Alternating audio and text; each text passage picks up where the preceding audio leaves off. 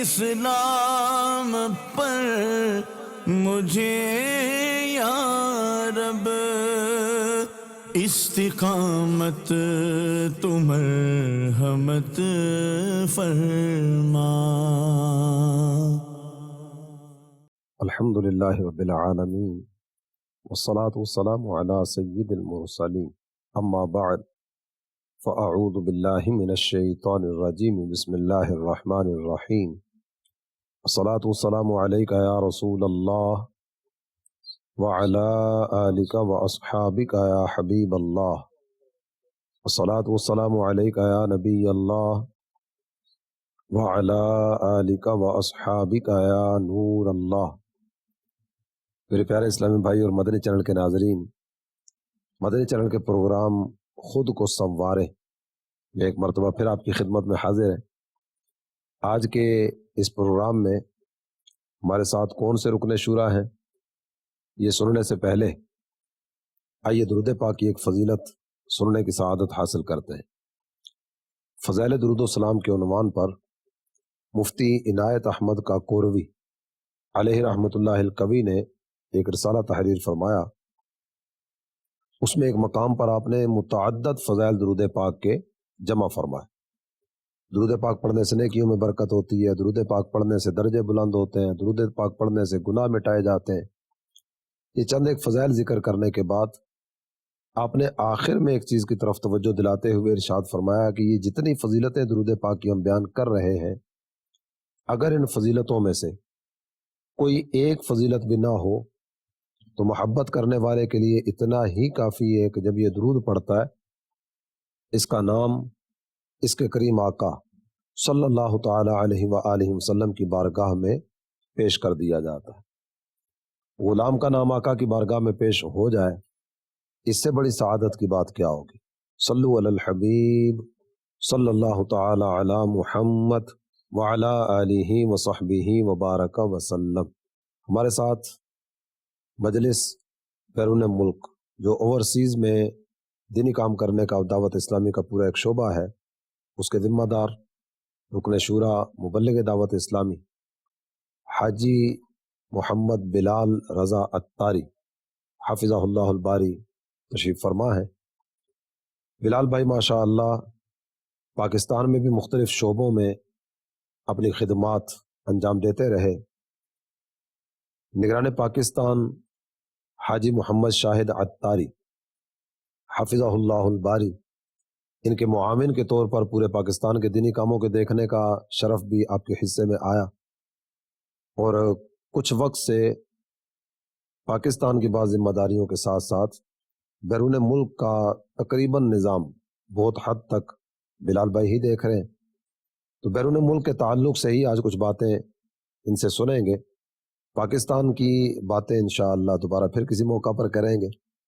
بیرون ملک کے تعلق سے سب سے پہلے تو بلال بھائی آپ کی خدمت میں یہ عرض کروں گا کہ آپ کا دینی کاموں کے حوالے سے جو پہلا سفر ہوا یہ کس ملک میں ہوا، اور اس سفر کے اگر کوئی یادگار واقعات یا کوئی ایک واقعہ ہمارے ناظرین کے ساتھ شیئر فرمانا چاہیں تو اس کا ذکر فرمائیے۔ بسم اللہ الرحمن الرحیم۔ سب سے پہلے تو میں آپ کا شکریہ ادا کروں گا کہ آپ نے ایک موقع دیا نیکی کی دعوت دینے کا۔ بیرونی ملک کے تعلق سے ویسے تو ہم بیرونی ملک کہتے ہیں، یعنی ہم یہاں ہیں پاکستان میں، پاکستان کے علاوہ تو ہمارے لیے جو دیگر سارے ممالک، بیرون ممالک اور دیگر ملک والوں کے لیے پاکستان بھی بیرون ملک میں شامل ہے۔ تو ہمارا جو تنظیمی ڈپارٹمنٹ ہے انٹرنیشنل افیئرز ڈپارٹمنٹ، اس کے تحت الحمدللہ عزوجل مبلغین کا سفر ہوتا ہے۔ بیرون ملک کا آپ نے فرمایا سفر 2004 کے آخر میں تقریباً نومبر ہی کا مہینہ تھا۔ پاکستان میں اس وقت میرے پاس کچھ ذمہ داریاں تھیں، پاکستان انتظامی کابینہ میں بھی شورا میں شامل نہیں ہوا تھا، تو بنگلہ دیش میرا پہلا سفر دینی کاموں کے لیے ہوا تھا۔ تو دینی کاموں کے لیے پہلا سفر بھی تھا اور تجربات بھی نہیں تھے۔ ایک بیرون ملک سفر کا، انٹرنیشنل ٹریول کا ویسے بھی ایک پریشر ہوتا ہے، جس نے پہلے سفر نہ کیا اس پر بھی ہوتا ہے، جس نے کیا اس پر بھی ہوتا ہے۔ بہت سارے ایسے ہمارے ناظرین میں سے بھی ہوں گے کہ یہاں اپنے ملک میں ہی کسی شہر میں جا رہے ہوں اور اگر اس شہر سے متعلق پہلے معلومات نہیں ہیں تو تھوڑی سی ہیزیٹیشن ہوتی ہے، اور بیرون ملک کے سفر میں زیادہ ہوتی ہے۔ پھر بائی ایئر جو ہے اس کا ایک اپنا ہوتا ہے کہ وہ امیگریشن کا پروسیس بھی ہوتا ہے، وہ کچھ میری پتہ نہیں ہوتا کہ کیا ہوگا. یہاں اس ملک کا بھی ہوتا ہے, اگلے ملک کا بھی ہوتا ہے. وہ اگلے ملک کا جو ہے نا, یہ تو سفر کے بعد اندازہ ہو کہ یہ بھی ایک امتحان ہے. پہلے تو یہی کا ہوتا کہ یہاں کیسے جائیں گے, جہاز میں کیسے سوار ہوں گے, سیکیورٹی چیک سے کیسے نکلیں گے. بہرحال جو وہ میرا پہلا سفر تھا وہ کئی لحاظ سے یادگار تھا. ایک تو یہ ہے کہ چونکہ دینی کاموں کا تجربہ یہاں کا تھا کسی حد تک, باہر کا نہیں تھا. اب وہ سفر تھا بنگلہ دیش کا. تو بنگلہ دیش ویسے تو چونکہ یہ سب کنٹیننٹ بر صغیر کا ہی حصہ ہے, اور بہت ساری چیزیں ایسی ہیں کہ جو یعنی تقریباً ملتی جلتی ہیں ہمارے یہاں کی معاشرت وہاں کی. لیکن اس وقت چونکہ اور ممالک کو نہیں دیکھا تھا, زیادہ ڈفرنس نہیں دیکھا تھا, تو اس وقت یہاں کا اور وہاں کا بھی جو ماحول ہے اس میں بہت بڑا ڈفرنس مجھے محسوس ہوا. لینگویج بھی وہاں بالکل مختلف, پھر وہاں کے کھانے پینے کے معاملات وہ بھی ہم سے یعنی اب تو یہ لگتا ہے کہ قریب قریب ہے, لیکن اس وقت لگتا تھا کہ بہت ڈفر ہے. بہرحال تقریباً 3 ماہ کا میرا سفر تھا وہ. الحمدللہ اس میں بہت کچھ سیکھنے کو ملا. وہاں جانے کے بعد وہاں بالکل انیشیل ابھی سمجھنے کے ابتدائی دینی کام تھے. کوئی باقاعدہ اس طرح سٹرکچر بھی نہیں تھا, باقاعدہ کابینہ بھی نہیں بنی تھی. بس چند اسلامی بھائی تھے جو مختلف شہروں میں دینی کام کر رہے تھے, اتنا آرگنائزڈ نہیں تھا. تو الحمدللہ عز و جل اس سفر میں جو ایک دیگر قوموں میں کام کے حوالے سے جو ایک خاص سمجھنے کے طریقہ کار ہے, وہ بہت کچھ اس سفر میں سیکھنے کو ملا. انفرادی کوشش کی اہمیت, یہاں ہم سنتے تھے امیر علیہ سنت کا فرمان کہ دعوت اسلامی کا جو دینی کام ہے یہ 99% انفرادی کوشش, انڈیویجول ایفرٹ, اس سے ہی ممکن ہے. لیکن یہاں اس فرمان کی اتنی سمجھ میں نہیں آئی نا. ظاہر ہے مانتے تو تھے کہ امیر علیہ سنت نے فرمایا, لیکن وہاں جا کے سمجھنے پریکٹیکلی دیکھا کہ اس فرمان عالی شان کی کیا حکمتیں ہیں, اور واقعی جو انفرادی کوشش ہے اس کی اہمیت کیا ہے. آپ نے سفر کا کوئی یادگار واقعہ یہ بھی ارشاد فرمایا. اس سفر میں بنگلہ دیش کے کچھ اسلامی بھائی سفر میں ساتھ تھے. ایک اسلامی بھائی ہمارے محبوب رضا, وہ بعد میں وہاں کی مشاورت کے نگران بھی رہے. تو وہ تقریباً سارے ہی سفر میں میرے ساتھ تھے. تو ماشاء اللہ عز و جل بڑا پیارا مزاج تھا ان کا. اب بھی ماشاء اللہ ہیں, وہ دعوت اسلامی کے دینی ماحول سے وابستہ ہیں. تو وہ ان کی ایک دیوانگی والا انداز جو ایک یادگار ہے نا, یعنی سمجھنے کہ نہ بھولنے والی بات, وہ یہ کہ امیر اہل سنت مولانا محمد الیاس ستار قادری دامت برکاتہم العالیہ یہاں ہمارے یہاں جیسے ہم پنجاب میں ہیں, تو یہاں ایک محبت تو ہے, دیوانگی بھی ہے. امیر اہل سنت کی بارگاہ میں حاضری, ان کی زیارت, اور مدنی چینل آنے سے پہلے بالخصوص تو کچھ اور ہی کیفیت تھی, اور مدنی چینل آنے کے بعد وہ جذبات مزید بڑھ گئے. وہاں ایک تعداد یعنی بہت بڑی تعداد جو اس وقت اگرچہ دینی کام اتنا زیادہ نہیں تھا, لیکن امیر علیہ سنت کا تعارف تو تھا. تو جو امیر علیہ سنت سے محبت کرنے والے, ان کی جو دیوانگی ہے نا, امیر علیہ سنت کی زیارت کی تڑپ, یہ بھی ہو نا ملک کے مرشد سے آئے ہیں. جی, ہمارے لیے بھی تھا ملک کے مرشد سے آئے, اور ہمیں بھی یعنی یہاں جو بھی ہے ایک ذمہ داری ہے یا وہ ایک حیثیت ہے وہ اپنی جگہ پر ہے, لیکن وہاں والوں کے لیے تو یہ تھا کہ وہاں سے آئے ہیں. یہ دوسرا جو امیر علیہ سنت کی بارگاہ میں حاضری کی تڑپ ہے, یہ میں نے دیکھا تقریباً ہر مقام پر جہاں بھی ہم یعنی جدول کے دوران گئے. کافی سارے شہروں میں سفر ہوا, مجھے یاد پڑتا ہے کہ شاید 20 یا 22 اضلاع میں مختلف جگہوں پر سفر کی صورت رہی. تو جہاں بھی گئے نا, بالکل ابتدائی کام بھی تھا, تو وہاں امیر علیہ سنت کا جب ذکر خیر ہوتا تھا تو ایک تو وہ چہرے کھل اٹھنا. پھر اگرچہ مدنی چینل اس وقت تک نہیں آیا تھا 2004 میں, اس طرح زیارت بھی نہیں کی تھی, بس تعارف ایک تھا, تو چہرے کھل اٹھنا, اور پھر یہ تڑپ کہ ہم امیر علیہ سنت کی بارگاہ میں کب حاضر ہوں گے. اچھا, واقعات اس طرح کے تو کئی ہیں, لیکن بالخصوص جب میں واپس آ رہا تھا تو فطری طور پر یہ ہوتا ہے کہ گھر کی طرف لوٹے نا, تو ایک ہوتا ہے کہ گھر جا رہے ہیں, ذرا خوش ہوتا ہے بندہ. تو میری بھی کیفیات اسی طرح کی ہی تھی, اتنے 3 مہینے کے بعد گھر لوٹ رہے ہیں, اور وہاں والے رو رہے تھے. اب وہ کیوں رو رہے تھے, اپنے ان کے جذبات تھے. تو میں نے ایسے ہی ایک اسلامی بھائی سے وہ کیا کہ ماشاءاللہ امیر علیہ سنت سے آپ کی محبت, اور سب مدینہ مدینہ, لیکن اتنی بڑی تعداد میں اسلامی مجھے چھوڑنے آئے ہیں, اور یہ سب جو ہے وہ ہیں اشک بار ہیں, تو آخر کیا جذبات ہیں آپ کے. تو اس اسلامی بھائی نے اپنی بنگلہ لینگویج میں ایک جملہ کہا جو مجھے محبوب بھائی نے ٹرانسلیٹ کر کے بتایا, کہ یہ کہہ رہے ہیں کہ ہم یعنی آپ جا رہے ہیں, چلیں یہ بھی ایک ہے کہ آپ کے ساتھ کچھ وقت گزرا ہے, لیکن مین یہ ہے کہ آپ جا کے امیر علیہ سنت کی زیارت کریں گے, اور ہم ایسے ہیں کہ شاید ساری زندگی نہیں کر سکیں گے. کیونکہ آپ کے پاس تو پھر بھی موقع ہے کہ آپ اسی ملک میں جب چاہیں چلے جائیں، ٹرین پہ چلے جائیں، بس پہ چلے جائیں، آپ کئی بار جا سکتے ہیں، ہر سال جا سکتے ہیں. لیکن ہم میں سے ایک تعداد ایسی ہے کہ جو شاید فزیکلی اس طرح زندگی بھر امیر اہل سنت کی بارگاہ میں حاضر نہ ہو سکے.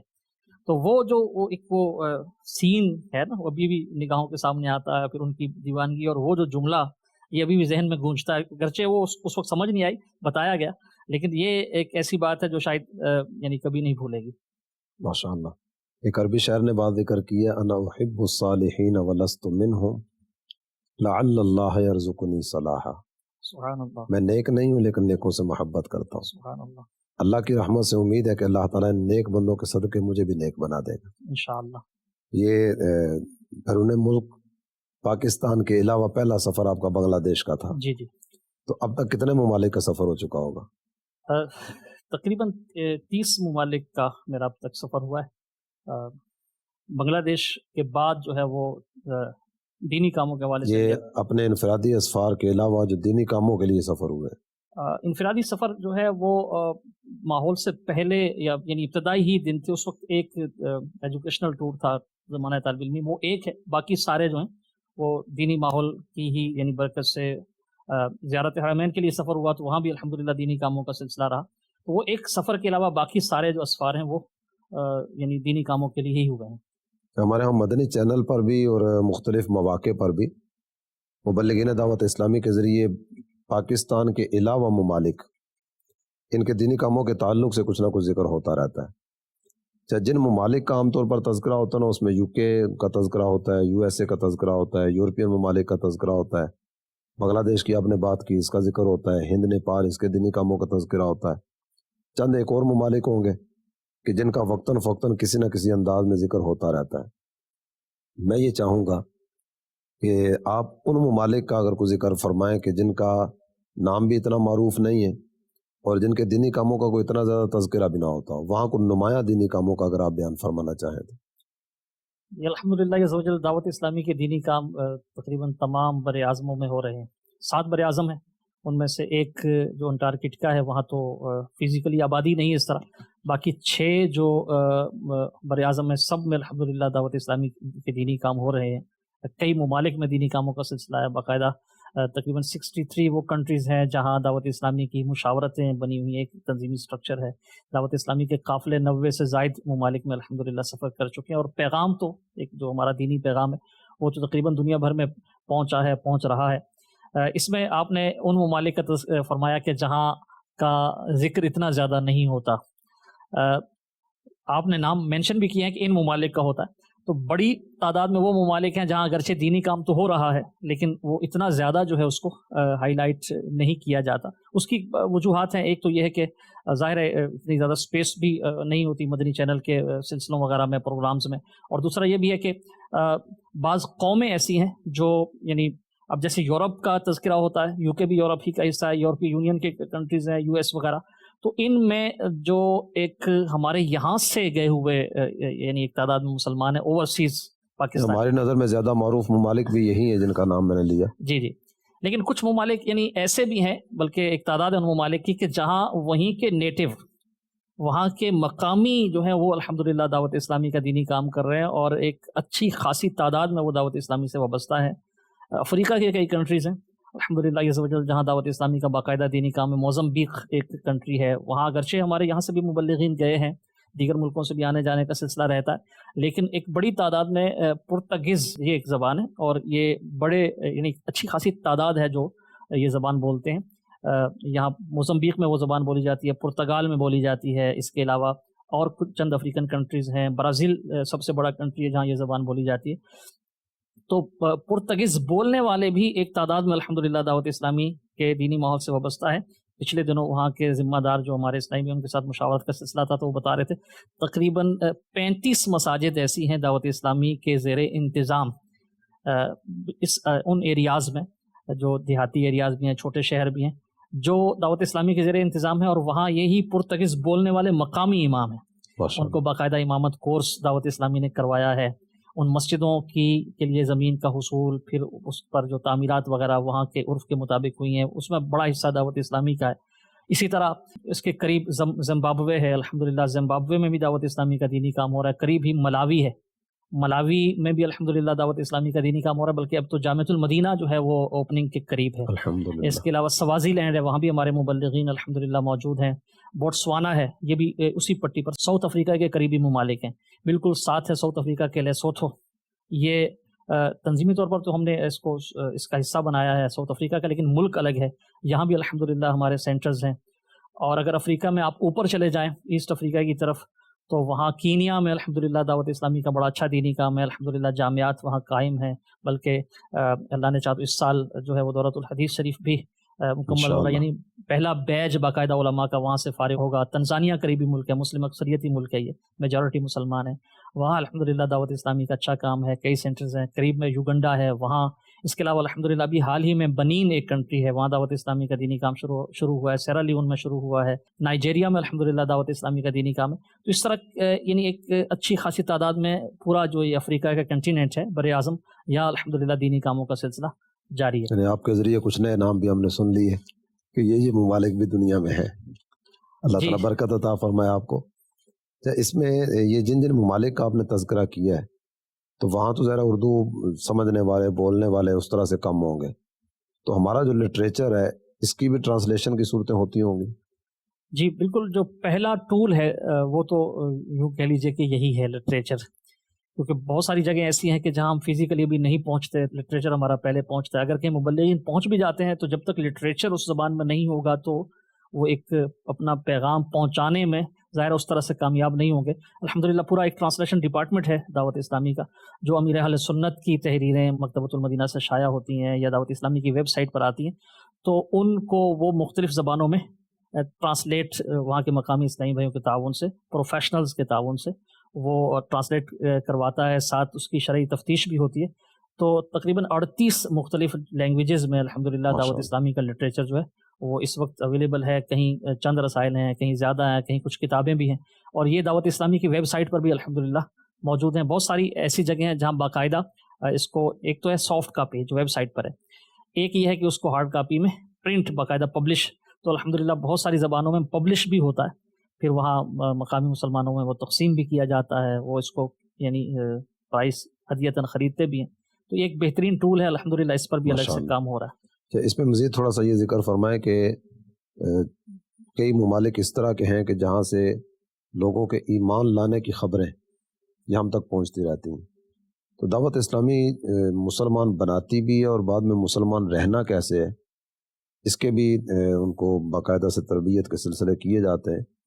اسلام کی بنیادی معلومات اور اس طرح کی چیزیں سکھائی جاتی ہیں. تو نیو مسلم کا جو اپنا شعبہ ہے یہ بیرون ملک کس طرح سے کام کر رہا ہے؟ جی ہمارا جو ڈپارٹمنٹ ہے فیضان اسلام، جو نیو مسلمز کی تربیت کے لیے، اخلاقی اور عملی تربیت کے لیے، علم دین سکھانے کے لیے قائم ہے.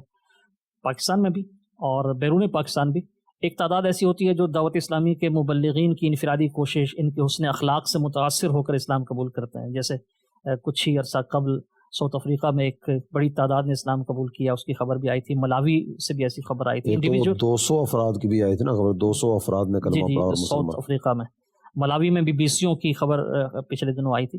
اسی طرح ایک انڈیویجولز کی بھی آتی رہتی ہے اکا دکا. تو اس کے لیے ایک تو یہ ہے کہ جو اس طرح مبلغین کی انفرادی کوشش سے، ان کے حسن اخلاق سے متاثر ہو کر انہوں نے اسلام قبول کیا اور دینی ماحول سے وابستہ ہوئے، اور ایک تعداد ایسی ہے کہ جو کسی اور ذریعے سے انہوں نے اسلام قبول کیا، اسلام سے متاثر ہوئے، اسٹڈی کی یا کسی اور کی انفرادی کوشش تھی، وہ بھی یعنی دعوت اسلامی کی طرف پھر دیکھتے ہیں. تو الحمدللہ دعوت اسلامی نے پریکٹیکلی بھی باقاعدہ ایسے جو ہمارا فیضان اسلام ڈپارٹمنٹ ہے، ایسے کورس ڈیزائن کیے گئے ہیں کہ جس نے اسلام قبول کیا تو اب سب سے پہلے اس کو کیا سکھایا جائے، عقیدے کے حوالے سے معلومات دی جائیں. پھر اس کے بعد پریکٹیکلی جو عمل ہے، جیسے نماز ہے تو نماز سکھانے کا اہتمام، پھر اخلاقی تربیت. تو باقاعدہ اس طرح کورس ڈیزائن ہے جو ان نئے اسلام قبول کرنے والوں کو وہ کروائے جاتے ہیں. اور ان کورسز کی برکت سے الحمدللہ عز و جل ایسا بھی ہے کہ کئی ہمارے ایسے ہیں جنہوں نے کچھ عرصہ پہلے اسلام قبول کیا، آج الحمدللہ عز و جل وہ نہ صرف خود انہوں نے سیکھا ہے بلکہ وہ دوسروں کو سکھانے والے ہیں، معلم بن گئے ہمارے کورسز کے. کئی ایسے ہیں جو الحمدللہ امامت بھی کروا رہے ہیں. بلکہ یہ مدنی بہار کئیوں نے دیکھی ہوگی، سنی ہوگی کہ کئی ایسے بھی ہیں جنہوں نے الحمدللہ عز و جل باقاعدہ درس نظامی کیا، اور اب وہ یعنی درس نظامی کرنے کے بعد، عالم کورس کرنے کے بعد تدریس بھی کر رہے ہیں. کچھ کر چکے ہیں اور کچھ کی ایسی اطلاع بھی ہے کہ ابھی کر رہے ہیں. جی جی، ایک تعداد ایسی ہے جو کر رہی ہے. تو یہ ایک یعنی بتدریج ہوتا ہے، گریجولی آتے ہی سب سے پہلے ان کو جو بنیادی فنڈامنٹل جو نالج ہے اسلام کا وہ سکھاتے ہیں، پھر اس کے بعد اخلاقی تربیت، عملی تربیت، یوں وہ گریجولی آگے بڑھتے ہیں. تو جو نئے اسلام قبول کرنے والے ہیں ان کے لیے ویلکم ٹو اسلام یہ بک ہے. پھر فنڈامنٹل یہ ویب نالج سائٹ پر بھی ہوگی. جی، یہ دعوت اسلامی کی ویب سائٹ پر بھی ہے. اسلام کی بنیادی باتیں، یہ یعنی فنڈامنٹل نالج آف اسلام ہمارے یہ مدارس کے نصاب میں رائج بھی ہے. اس کی تھوڑی سی ترمیم کے ساتھ نیو مسلم کے لیے بھی یہ اویلیبل ہے کہ وہ اسلام کی جو بالکل بنیادی اور ابتدائی معلومات ہیں وہ کس طرح حاصل کر سکتے ہیں. تو پبلیکیشنز، تحریر، اس میں اس انداز سے کام ہو رہا ہے، اور باقاعدہ کورسز بھی ڈیزائن کیے گئے. میرا UK کا سفر ہوا تھا نا، تو وہاں راچ ڈیل کے فیضان مدینہ میں باقاعدہ سے جو نیو مسلم اسلامی بھائی ہیں ان کا الگ سے اعتکاف ہوا تھا. ماشاءاللہ. اور جی. اعتکاف میں بھی ان کی تربیت وغیرہ اور یہ سارے سلسلے چل رہے تھے. جی، یہ اعتکاف کی بھی ایک جس کی طرف آپ نے توجہ دلائی ہے، یہ اور بھی مقامات پر اس طرح کی ترکیب بنی، اور کورسز بھی جو میں نے عرض کیا وہ بھی ہوئے ہیں. باقاعدہ الگ سے ان کے مدنی قافلے بھی سفر ہوتے ہیں، جس میں جو منجھے ہوئے مبلغین ہیں وہ ان کے ساتھ سفر کر کے ان کو وہ دینی تعلیمات، علم دین سکھاتے ہیں. اور ساتھ ساتھ اس سے ایک برکت یہ بھی ملتی ہے کہ اب وہ جس نے کچھ عرصہ پہلے اسلام قبول کیا، اسلام قبول کرنے کے بعد اب وہ مدنی قافلے میں سفر کر رہا ہے، اس نے کچھ سیکھا ہے، تو اب وہ جا کر نیکی کی دعوت دے رہا ہوتا ہے. اب جب وہ نیکی کی دعوت دیتا ہے تو ایک تعداد میں وہ مسلمان جو الحمدللہ عز و جل پیدائشی مسلمان ہیں، ایک عرصے سے مسلمان ہیں، لیکن وہ عمل کی طرف نہیں آ رہے، یعنی بے عملی ہے، تو ان کی نیکی کی دعوت کی برکت سے وہ بھی الحمدللہ عز و جل تھوڑی زیادہ ہو جاتی ہے. جی، ایک یہ ہے کہ یعنی اس کو ابھی قبول اسلام کی سعادت ملی، اور ماشاءاللہ یہ اس طرح دعوت دینے والا بن گیا، خود بعمل بن گیا. تو یہ زبردست موٹیویشن کے لیے بھی یعنی ایک اچھی وہ ترکیب بنتی ہے. وہاں جو اعتکاف کی مجلس تھی، جن کی تربیت کر رہے تھے، حلقے وغیرہ لگانا، دعائیں سکھانا اور دیگر اس طرح کی تربیت کرنا، تو اس میں نور محمد بھائی بھی تھے. ماشاءاللہ. تو نور محمد بھائی باقاعدہ اس مجلس کا حصہ بھی ہیں. جی. جو کہ پیدائشی نان مسلم تھے. جی. اور میرا خیال ہے 68 ایئرز کی عمر میں کلمہ پڑھا، مسلمان ہوئے، درس نظامی کیا، 74 ایئرز کی ایج میں انہوں نے درس نظامی مکمل کیا. یہ وہ ہیں جو پیدائشی نان مسلم تھے، دعوت اسلامی کے مدنی ماحول کی برکت سے 68 ایئرز اس عمر میں آ کر انہیں کلمہ پڑھا، مسلمان ہوئے، درس نظامی کیا، عالم کورس کیا، اور اب الحمدللہ دین اسلام کی خدمت مختلف شعبوں میں انجام دے رہے ہیں. اللہ تعالیٰ اپنی رحمت سے مالا مال فرمائے. آمین. آپ کا بیرون ممالک جو سفر کا سلسلہ رہا، تو خاص طور پر وہ ممالک جن میں مسلمانوں کی تعداد زیادہ نہیں ہے، یہ غیر مسلم اکثریتی ممالک، تو وہاں کے حوالے سے آپ کیا کہیں گے کہ مسلمانوں کے لیے وہاں کیا چیلنجز ہیں؟ کہ ایک تو ہے نا کہ وہ ملکی معاملات میں، انتظامی معاملات میں، ان کے حقوق وغیرہ کے معاملات، یہ اس طرح کی چیزیں، وہ تو ہر جگہ پہ کچھ نہ کچھ اوپر نیچے سلسلہ چلتا رہتا ہے. دینی حوالے سے میں معلوم کرنا چاہ رہا ہوں. کچھ چیلنج ایسے ہیں ہمارے یہاں بھی کہ جو یعنی ملتے جلتے ہیں وہاں سے، لیکن ایک تعداد میں ایسے چیلنج ہیں کہ جو یہاں سے بالکل مختلف ہیں، اور یہاں شاید ہم اس کو امیجائن بھی نہیں کر پائیں گے نا.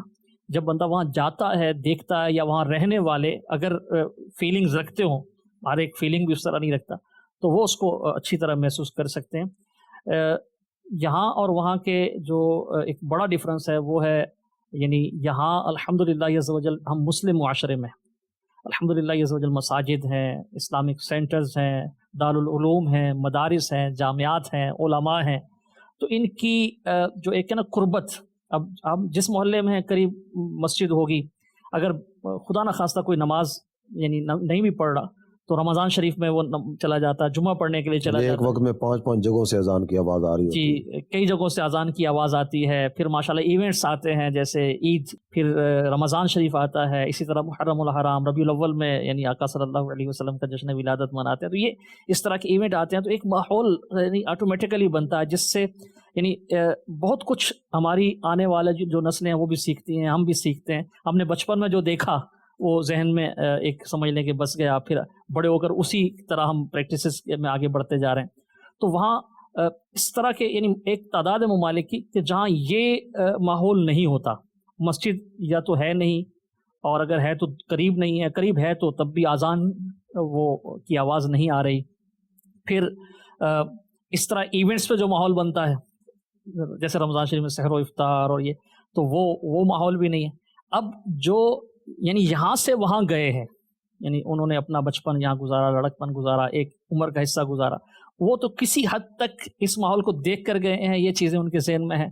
لیکن جو وہیں گرو اپ ہو رہے ہیں، بچپن میں یہاں سے چلے گئے یا وہیں بائی برتھ وہیں سے ہیں، ہمارے ینگسٹرز، ہماری یعنی نیکسٹ جنریشن، پھر وہ جو ہے نا ان چیزوں کو اگرچہ وہ مدنی چینل پر دیکھ بھی لیں یا ان کو کوئی بیان کرے، تو وہ اس ماحول کو اس طرح نہیں دیکھ پاتے جو ایک ہوتا ہے نا بالکل اس کمپنی میں رہ کر تھیوری ہوتی ہے، پریکٹیکل تک نہیں رسائی ہوتی ہے. جی تو وہ ماحول اس کو بہت زیادہ وہاں یعنی اگر دیکھا جائے تو مس کیا جاتا ہے.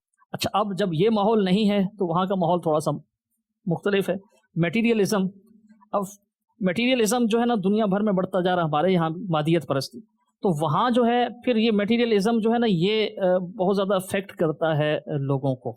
خود غرضی، یعنی جس سے بھی رابطہ رکھنا ہے صرف کام کے لیے رکھنا ہے، مطلب کے لیے رکھنا ہے. باقی جو ایک الحمدللہ عز و جل دین اسلام کی تعلیمات ہیں اور ہمارے مسلم معاشرے کی برکتیں ہیں، یعنی ایک فیملی سسٹم ہے، والد صاحب ان کا ادب احترام، ان کی بات ماننا، والدہ کا احترام کرنا، ان کی خدمت کرنا، بہن بھائیوں کا آپس میں پیار، ایک جو گھر کا ماحول ہے، پھر دیگر رشتہ دار ہیں ان کے ساتھ ایک تعلق ہے، بڑے ہیں، دادا جان ہیں، دادی جان ہیں، نانا جان، نانی جان، تو یہ جو آپس میں محبتوں کا انداز ہے وہ اس معاشرے میں اس طرح سے نہیں ہے. تو یہ چیزیں بھی پھر فیملی سسٹم تو پورے کا پورے شاید تباہ ہوگا یا تباہی کے قریب ہوگا.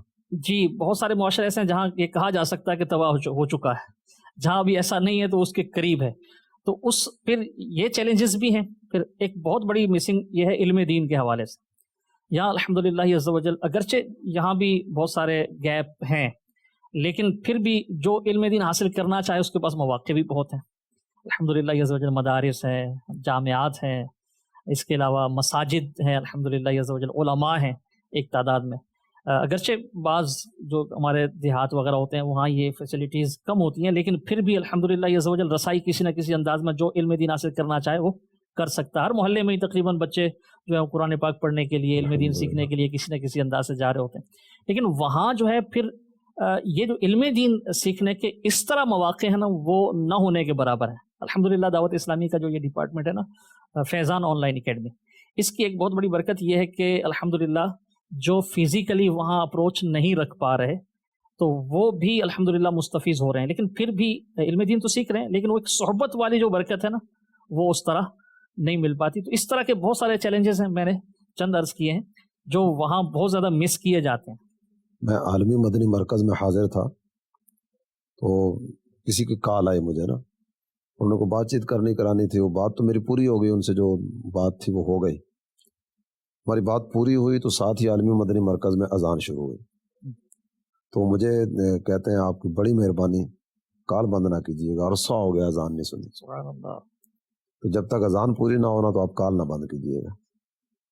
ایک تھوڑی سی توجہ اس طرف جاتی ہے کہ کتنا اللہ کا کرم ہے کہ ہم ایسی جگہ پر ہیں کہ جہاں صبح اٹھتے ہیں تو مسلمانوں سے ملاقات ہوتی ہے، شام سارا دن مسلمانوں سے میل ملاقات ہے، دائیں بائیں آگے پیچھے ہر طرف مسلمان ہی مسلمان ہیں. اور اذان کی برکتیں تو اس سے تھوڑی سی توجہ جاتی ہے کہ ان کو کتنی قدر ہے اذان کی یا کیا ذہن ہے ان کا. جی. اور دوسرا جس طرح کی آپ نے ذکر فرمایا جن چیزوں کا، تو کسی ملک کا سفر تھا تو وہاں کسی نے ذکر کیا کہ ہمارا ایک اندازہ لگایا گیا کہ 2050 میں یہاں کا جو سب سے اکثریتی مذہب ہوگا نا وہ اسلام ہوگا. تو وہاں کی جو حالت تھی مسلمانوں کی، تنزلی، شراب اور بے عملی، بد عملی، بہت ساری چیزیں تھیں. تو میرے ذہن میں اس طرف وہ جا رہا تھا کہ 2050 میں اس وقت جو تنزلی ہے ہم اس میں کس جگہ پر کھڑے ہوں گے. آج تو یہ کیفیت ہے اور بہتری کے لیے ہم اسباب بھی اگر نہ کریں تو ظاہر سی بات ہے کہ دن بدن مزید تنزلی کے گھڑے میں گرتے چلے جائیں گے. جی. تو 2050 میں پتہ نہیں کیا کیفیت ہوگی. جی. اچھا اس میں آپ تھوڑا سا اگر یہ فرما دیں کہ ہمارا جو مدنی مقصد ہے وہ مدنی مقصد اپنی اصلاح کے تعلق سے بھی ہے اور ساری دنیا کے لوگوں کی اصلاح کے حوالے سے بھی ہے. تو جہاں جہاں کا تذکرہ آپ نے کیا وہاں پر جو مسلمانوں کو درپیش چیلنجز ہیں ہمارے پاس اس کا لائحہ عمل کیا ہے؟ جی دعوت اسلامی الحمدللہ عز و جل اراؤنڈ دی گلوب اپنی خدمات سر انجام دے رہی ہے، اور ہر جو نیا دن ہے وہ الحمدللہ عز و جل ترقی کی طرف ہے. شروع میں دعوت اسلامی کے دینی کام چند دینی کام تھے جس سے دعوت اسلامی کا ایک سلسلہ کاموں کا سلسلہ شروع ہوا، اور آج اتنے سارے ڈپارٹمنٹس ہیں. تو کچھ ڈپارٹمنٹس خاص طور پر ایسے ہیں جو اس معاشرے کے لیے جس کا ہم تذکرہ کر رہے ہیں وہاں کے لیے بہت زیادہ وہ سمجھ لیں کہ فروٹفل ہیں. وہاں کے مسلمانوں کی جو ان کے عقیدے کی حفاظت کے لیے، ظاہر عقیدے کے حوالے سے بھی وہاں کے چیلنج یہاں سے کافی مختلف ہیں.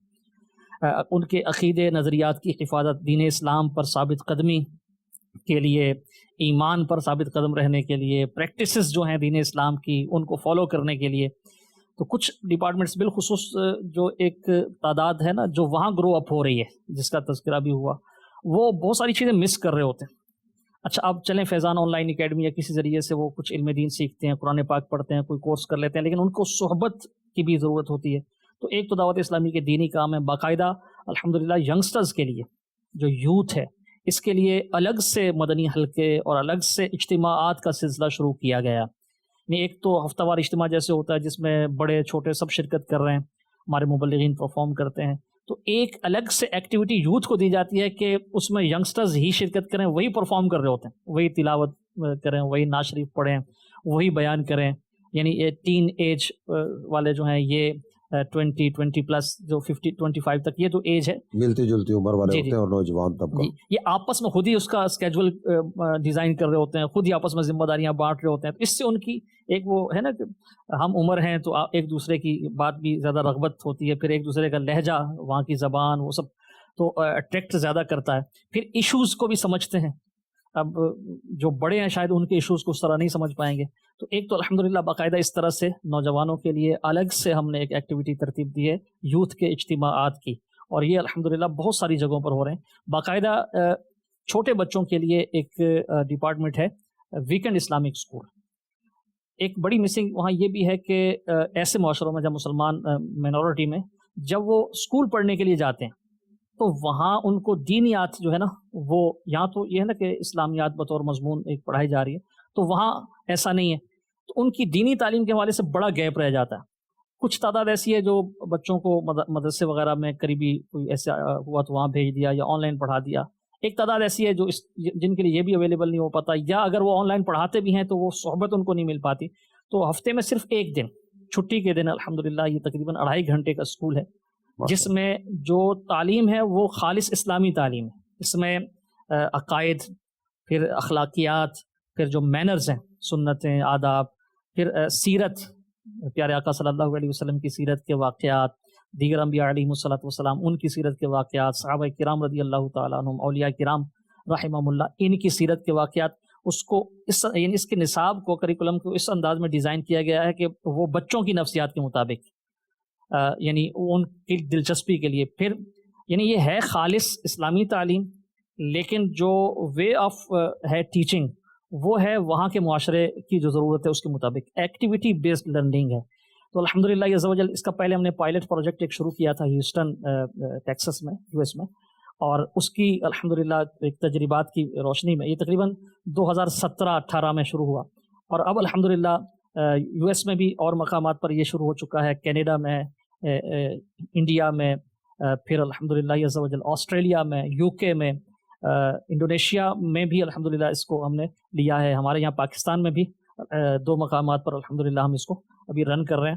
تو یہ ایک پورا پروجیکٹ سمجھ لیں کہ ایسے معاشروں کے لیے، بالخصوص ایسے معاشروں کے لیے جہاں یہ چیز مسنگ ہے نا، عقائد، نظریات، دین اسلام کی جو ایک عظمت و اہمیت ہے، اس کی تعلیمات کی عظمت و اہمیت، پھر سیرت جو میں نے موضوعات چند عرض کیے، تو الحمدللہ بچوں کو یہ چیزیں سکھائی جاتی ہیں اور اس کا بہت اچھا رسپانس ہے. بالخصوص کووڈ کے دنوں میں جب فزیکلی نہیں ہو پا رہا تھا تو اس کی آن لائن کلاسز ہم نے شروع کی. تو راؤنڈ دی گلوب تقریباً 7,000 جو اسٹوڈنٹس تھے وہ الحمدللہ ان کلاسز کو اٹینڈ کر رہے تھے. مزید آپ سے گزارش پیش کرنا چاہوں گا کہ ہمارے طلبہ کرام اس وقت غالب اکثریت میرا حسن ظن ہے کہ مدنی چینل پر موجود ہوں گے اور آپ کی یہ باتیں سن بھی رہے ہوں گے. ان میں ایک تعداد اس طرح کی ہے کہ جن کی خواہش ہوتی ہے کہ ہم بھی بیرون ملک جا کر اپنی خدمات پیش کریں. ماشاءاللہ. تو ان کو آپ اگر کوئی رہنما اصول دے دیں، کوئی طریقہ کار بتا دیں کہ یہ آپ کے ساتھ مل کر اگر دینی کاموں میں اپنا حصہ شامل کرنا چاہیں تو کیا کیا صلاحیتیں اپنے اندر پیدا کریں جن صلاحیتوں کو دیکھتے ہوئے آپ ان کو اپنے سسٹم میں شامل کریں گے؟ کہ بیرون ملک سفر کے حوالے سے جو طلباء کرام ہیں خصوصیت کے ساتھ اگر زمانہ طالب علمی ہی سے دینی کاموں میں ان کی شمولیت رہے، جو ہمارے ذیلی حلقے کے جنہیں ہم 12 دینی کام کہتے ہیں، ریلیجیس ایکٹیویٹیز، جس میں درس ہے، انفرادی کوشش ہے، دیگر دینی کام، اس میں بالخصوص انفرادی کوشش اگر اس کا سلسلہ رہے اور ساتھ ساتھ جو ہے وہ مدنی قافلوں میں سفر رہے، یعنی جو دینی کاموں کے سکلز ہیں یہ انہینس ہوں، اور ساتھ ساتھ اس کے زمانہ طالب علم میں چونکہ کوئی بہت بڑی مصروفیت اس طرح کی پریکٹیکل لائف والی نہیں ہوتی، عموماً امیر اہل سنت دامت برکاتہم العالیہ بھی اس کی ترغیب ارشاد فرماتے ہیں طلباء کرام کے لیے کہ ایک تو ان کی سب سے پہلے اپنی اسٹڈی ہے، یعنی جامعۃ المدینہ کی تعلیم ہے، ایک ہے وہ نصاب کے ساتھ ساتھ بھی امیر اہل سنت دامت برکاتہم العالیہ مطالعہ کا بالخصوص فرماتے ہیں، فقہ کے حوالے سے چند کتابوں کا بھی فرماتے ہیں، بہار شریعت کا، فتاوی رضویہ شریف کا، اسی طرح امام غزالی رحمۃ اللہ تعالیٰ علیہ تصوف کے لحاظ سے آپ کی جو ہے احیاء العلوم، منہاج العابدین، تو تصوف کی یہ کتابیں، پھر یہ فقہ کی کتابیں جن کی طرف امیر اہل سنت ترغیب ارشاد فرماتے ہیں، تو اپنے یعنی نصاب کے ساتھ ساتھ یہ مطالعہ بھی رہے، دینی کاموں میں بھی شرکت رہے، اور ساتھ ساتھ جو ایک یعنی سب کے لیے ضروری ہے اور طلباء کرام کے لیے زیادہ ضروری ہے کہ اپنی انفرادی عبادت کی طرف بھی توجہ رہے، فرائض و واجبات کے ساتھ ساتھ سنتیں اور نوافل، یہ تہجد کی اللہ کرے سعادت نصیب ہو، پھر نفلی روزے، ذکر و اذکار، شجرہ شریف کے اوراد، امیر اہل سنت دامت برکاتہم العالیہ جو ہے وہ زبان کے قفل مدینہ کا، یعنی کم بولنے کا اور اسی طرح فضول گفتگو وغیرہ سے بچنے کا یہ ذہن دیتے. تو اگر یہ زمانہ طالب علمی ہی سے ذاتی مطالعہ، نصاب، اس کے ساتھ ساتھ جو ہے وہ دینی کام اور پھر انفرادی عبادت، اس کی طرف توجہ رہے گی تو بہت سارے سکلز تو اس سے آٹومیٹکلی انہانس ہو جائیں گے. پھر بطور خاص جو ہے وہ بیرون ملک کا چونکہ وہ تذکرہ ہو رہا ہے تو لینگویج سکلز کو بھی ساتھ ساتھ اگر ڈیولپ کریں، اس میں عربک لینگویج ویسے تو گرامر پڑھائی جاتی ہے، اب بول چال کی طرف بھی الحمدللہ عز و جل کافی جو ہے وہ توجہ دی جا رہی ہے. تو اگر عربک لینگویج کے سکلز ڈیولپ ہو جائیں تو انشاءاللہ عز و جل دنیا میں کہیں بھی جائیں گے نا، تقریباً جو مذہبی طبقہ ہے جہاں جہاں میرا سفر ہوا ہے، میرا اپنا پرسنل ایکسپیرینس ہے، تو وہ عربی کسی حد تک جانتا ہے، بول لیتے ہیں، ائمہ کرام، علماء کرام. تو انفرادی کوشش کرنا، ان سے بات چیت کرنا، دعوت اسلامی کا تعارف کروانا، دینی کاموں کی دعوت دینا بڑا آسان ہو جاتا ہے. اب تو الحمدللہ دیگر لینگویجز جیسے انگلش میں، اس کے علاوہ چائنیز ہے، اس کے علاوہ اسپینش کی طرف ہم جا رہے ہیں، ٹرکش لینگویج ہے، تو ان لینگویجز کے بھی الگ الگ کورسز اور یہ سلسلہ چل رہا ہے. تو اگر بطور خاص جو میں نے عرض کیا نصاب کے ساتھ ساتھ مطالعہ، دینی مطالعہ، پھر انفرادی عبادت، پھر دینی کام اور پھر لینگویج اسکلز اگر ڈیولپ ہوں گے تو دنیا میں کہیں بھی جائیں گے تو بہتر انداز میں انشاءاللہ دین کی خدمت کر سکیں گے. اس میں ہر طرح کے اسلامی بھائیوں کی ضرورت ہے بیرون ملک، ائمہ کرام کی بھی ضرورت ہے، اچھے بولنے والے مبلغین جو ہیں انفرادی کوشش کے ساتھ ساتھ اچھا بیان کرنے والے ان کی ضرورت ہے، مینجمنٹ کی صلاحیتوں والے اسلامی بھائی، کورسز کروانے والے، قرآن پاک پڑھانے والے، جی تدریس، جامعۃ المدینہ میں تدریس، اس کے لیے پھر اللہ خیر فرمائے ہم یعنی جامعات تو الحمدللہ ہمارے کھل رہے ہیں، تخصص کا سلسلہ شروع ہو، تخصص فی الفقہ، تخصص فی الفنون، تو اس کے لیے ماہر اساتذہ، مختلف صلاحیتوں کے اسلامی بھائیوں کی حاجت ہے. تو جس میں جو صلاحیت ہے، بعض صلاحیتیں خدا داد ہوتی ہیں، تو جو صلاحیت ہے آپ میں، آپ اگر اس صلاحیت کو پہچان کر اپنے اساتذہ سے مشورہ کر کے، ذمہ داران سے مشورہ کر کے اس میں مزید آگے بڑھیں تو دنیا میں مواقع بہت ہیں، ضرورت بھی بہت زیادہ ہے. اللہ کرے کہ جامعۃ المدینہ کے طلباء کرام جو آج طلباء ہیں، مستقبل میں یہ کہیں اب بھی ایک تعداد ایسی کہ جو یہاں سے جامعۃ المدینہ سے فارغ التحصیل ہیں، بیرون ملک میں کہیں نگران ہیں، کہیں تدریس کر رہے ہیں، تو اللہ کرے جو ابھی ہیں طلباء، اللہ کرے مستقبل میں ان میں سے کئی ملکوں کے نگران بنے، کئی ریجنوں کے نگران بنے، اللہ کرے کہ بہترین مدرس بنے، جا کے مختلف قوموں میں درس نظامی کی تدریس کریں، امامت کریں، اچھا بیان کرنے والے ہمیں ملیں. تو اللہ نے چاہا تو اس طرح اگر یہ سکلز ڈیولپ ہوں گے تو زبردست مواقع ملیں گے دین کی خدمت کے. آپ کے بیان کردہ اوصاف پر تھوڑا سا حاشیہ لگانا چاہوں گا. سبحان اللہ. ایک اہم ترین چیز جو ہر جگہ ہی فائدہ دے گی اور جس کا نہ ہونا بہت بڑے نقصان کا سبب بھی بن سکتا ہے. ہمارے آقا صلی اللہ تعالیٰ علیہ وآلہ وسلم نے جب اعلان نبوت فرمایا تو آپ صلی اللہ تعالیٰ علیہ وسلم نے مکہ والوں کے سامنے اپنا کردار رکھا ہے. سبحان اللہ. تو اخلاقی معاملات میں بھی اگر بہتری کی طرف توجہ ابھی سے ہو. بعض اوقات ہوتا ہے کہ اس عمر میں جو لڑنا شروع کرتے ہیں نا، یا جھگڑنا شروع کرتے ہیں، یا وہ لگائی بجھائی والا کام شروع کرتے ہیں، تو یہ دنیا میں کسی بھی شعبے میں جائیں وہاں جا کر یہی چھیڑ چھاڑ کر رہے ہوتے ہیں. الحمدللہ دعوت اسلامی کا دینی ماحول تو یعنی ایک شرعی تنظیمی تربیت کے ساتھ ساتھ زبردست اخلاقی تربیت بھی فراہم کرتا ہے. جو اوصاف ہیں جیسے صبر ہے، حلم ہے، اسی طرح اخلاص ہے، پھر عاجزی ہے، تواضع ہے، تو یہ اگر اوصاف بھی یعنی ان میں بھی سکلز جو ہیں وہ ڈیولپ ہوں گے تو اللہ نے چاہا تو یہاں کہیں بھی رہیں گے تو زبردست فوائد ملیں گے. سامنے آنے والا جو ہے وہ کسی بھی انداز میں بات کر سکتا ہے. جی ہمارا انداز جواب دینے کا کیا ہے؟ بالکل. بلکہ ایسے مواقع شاید یہاں سے زیادہ باہر ایسے فیس کرنے پڑتے ہیں کہ بالکل ایسی صورتحال بنتی ہے کہ جو ان ایکسپیکٹڈ ہوتی ہے، اس میں اب ہمارا رد عمل کیا ہوگا. اللہ تعالیٰ سلامت رکھے آپ کو. آپ نے وقت دیا، اللہ تعالیٰ خوب خوب برکتیں عطا فرمائے، اور یہ جتنے بھی مدنی پھول آپ کے ذریعے ہمیں ملے اللہ تعالیٰ اپنی بارگاہ میں قبول فرمائے اور ہمارے لیے اسے صدقہ جاریہ بنا. مدنی چینل کے ناظرین، پروگرام خود کو سنواریں، اس کے ساتھ آج رکن شورا حاجی بلال رضا عطاری حفظہ اللہ الباری، ان کی خدمت میں حاضری ہم نے دی. آئندہ پروگرام میں انشاءاللہ ایک نئے مہمان کے ساتھ آپ کی خدمت میں حاضری دیں گے. اللہ تعالیٰ عمل کی توفیق عطا فرمائے. آمین بجاہ النبی الامین صلی اللہ تعالی علیہ وآلہ وسلم. دین اسلام پر مجھے یا رب استقامت تو مرحمت فرما.